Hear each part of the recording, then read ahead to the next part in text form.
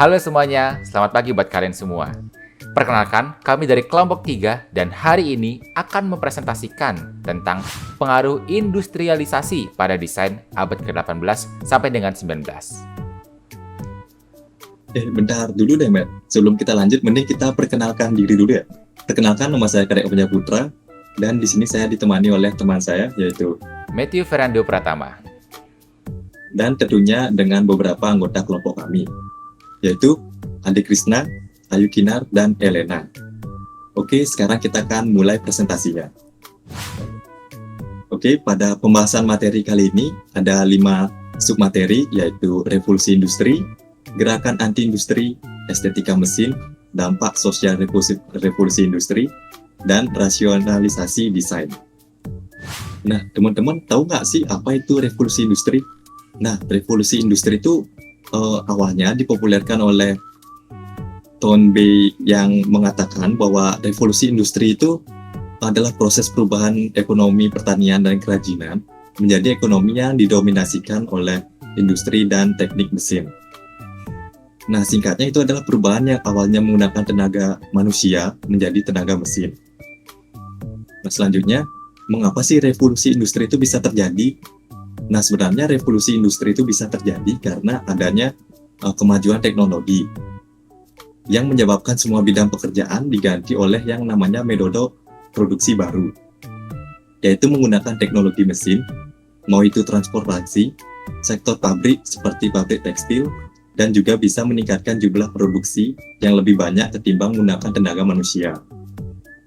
Maka dari itu, teknologi mesin sendiri dikaitkan dengan sangat efisien. Beberapa contohnya seperti Flying Shuttle yang diciptakan oleh John Kay, Spinning Jenny oleh James Hargreaves dalam industri tekstil. Dan yang paling penting yaitu penemuan mesin uap oleh James Watt yang pada akhirnya meningkatkan level pada revolusi industri itu sendiri. Nah, tadi kita sudah dengar itu tentang apa itu revolusi industri dan mengapa revolusi industri itu bisa terjadi. Nah, dan sekarang kita akan masuk ke dampak revolusi industri itu sendiri. Yang pertama ada sektor ekonomi. Untuk ekonomi sendiri, dampaknya sangat besar seperti impor dan ekspor yang menjadi praktik berskala besar. Dan juga ketika ada permintaan barang meningkat, maka lebih banyak orang yang dipekerjakan, lebih banyak modal diinvestasikan, dan lebih banyak keuntungan dihasilkan. Nah, sedangkan di sudut pandang sektor sosial, kita bisa melihat sekilas dari dampak di sektor ekonomi yang tadi dikatakan bahwa ketika ada permintaan barang meningkat, maka lebih banyak orang dipekerjakan. Nah, secara tidak langsung nih, hal ini membuat sejumlah wanita dan anak-anak, bisa juga lelaki, ikut melakukan pekerjaan yang seringkali berbahaya karena untuk memenuhi kebutuhan dari permintaan tersebut. Salah satu dampaknya seperti bertambahnya jam kerja hanya untuk mencari sebuah keuntungan yang lebih banyak. Nah, selanjutnya ada gerakan anti-industri, yaitu gerakan yang disebut juga dengan Luddite, sebuah istilah yang ditujukan kepada orang-orang yang tidak menyukai teknologi baru.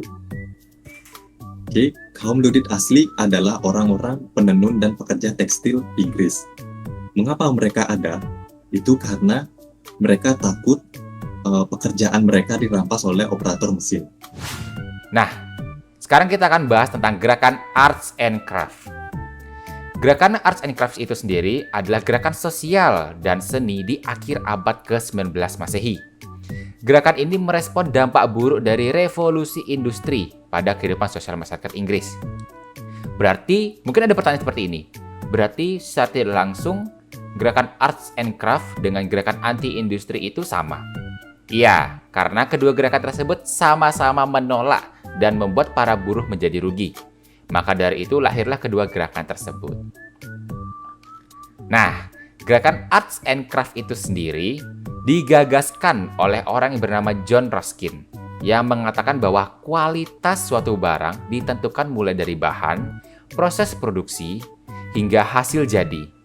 Nah, dan hal ini juga diperkuat oleh gagasan dari orang yang bernama William Morris yang mengatakan bahwa seorang desainer, atau kita nih seorang desainer, harus terlibat dalam produksi dari awal hingga akhir, sehingga kualitasnya terjaga dan menambah aspek estetika kepada barang itu. Maka dari itulah pentingnya peran seorang desainer saat memproduksi barang ketimbang peran mesin. Gerakan arts and craft semakin menyebar ke seluruh wilayah Eropa yang menyebabkan adanya ketertarikan baru terhadap dunia seni dan desain yang melahirkan gaya baru yang disebut Art Nouveau. Nah, selanjutnya ada gerakan Art Nouveau. Art Nouveau adalah gerakan seni dekoratif yang mencirikan arsitektur dan seni rupa, yang sering muncul terutama di seluruh Eropa dan Amerika Serikat. Seniman Art Nouveau percaya bahwa semua seni harus bersatu, menghasilkan gerakan pemersatu yang mencakup banyak bentuk dan bidang seni yang berbeda, dengan tujuan untuk memodernisasi seni dan desain. Istilah ini pertama kali muncul pada tahun 1884 di jurnal seni Belgia, L'Art Moderne. Inilah jurnal dari L'Art Moderne.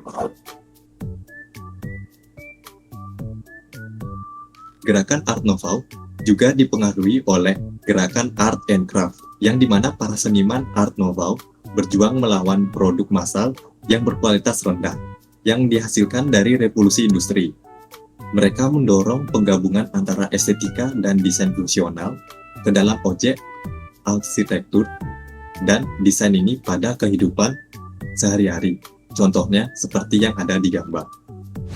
Sekarang kita akan masuk ke rasionalisasi desain. Apa sih rasionalisasi desain itu? Nah, rasionalisasi desain itu adalah sebuah gerakan yang muncul saat gerakan Art Nouveau berkembang pesat, yang dimana gerakan rasionalisasi desain lebih menekankan pada kepraktisan, efisiensi, dan kesederhanaan dalam desain. Para desainer saat itu juga melihat proses desain sebagai proses intelektual yang harus dapat memecahkan berbagai masalah fungsional, baik dalam segi teknis operasional maupun penampilan rupanya.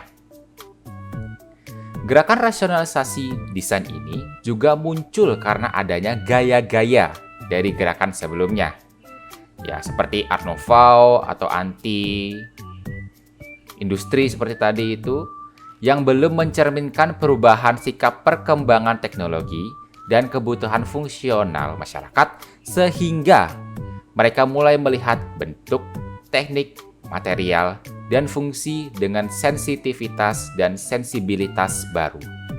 Gerakan rasionalisasi desain memunculkan sebuah teori bernama Form Follow Action yang diungkapkan oleh Louis Sullivan pada tahun 1896 sebagai bentuk bangunan atau suatu objek yang harus disesuaikan dengan fungsi dan kegunaannya. Nah, inilah contoh dari Form Follow Function dari Louis Sullivan. Dalam dunia produk, rasionalisme menekankan pada fungsionalitas, penggunaan bahan yang tahan lama dan terjangkau, serta produksi massal. Gerakan ini menciptakan produk-produk yang sederhana dan efisien, seperti kursi Tonet oleh Michael Tonet dan lampu Bauhaus oleh Wilhelm Wagenfeld. Oke, sekian dulu dari kelompok kami. Mohon maaf bila ada kesalahan kata dalam penyampaian materi. Saya Matthew. Dan saya Kamal. Kami pamit undur diri. Terima kasih. Dadah.